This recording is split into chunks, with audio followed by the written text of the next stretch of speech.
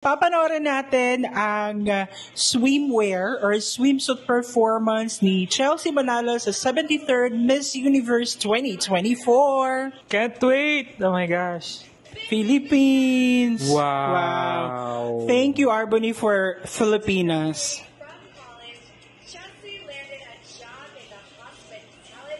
Wow, and I think, is she wearing the, hindi siguro yan yung Chelsea na sandal. Ganda niya. Yeah, di ba nag-iba na naman yung buhok niya, the curly hair, parang nakinig yung team, and describe her in one word.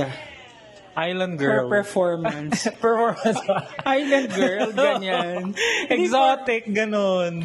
For me, Chelsea is a transformer. Wow. Wow. Kasi, Electrician. Hindi, transformer siya because she transforms what she wears.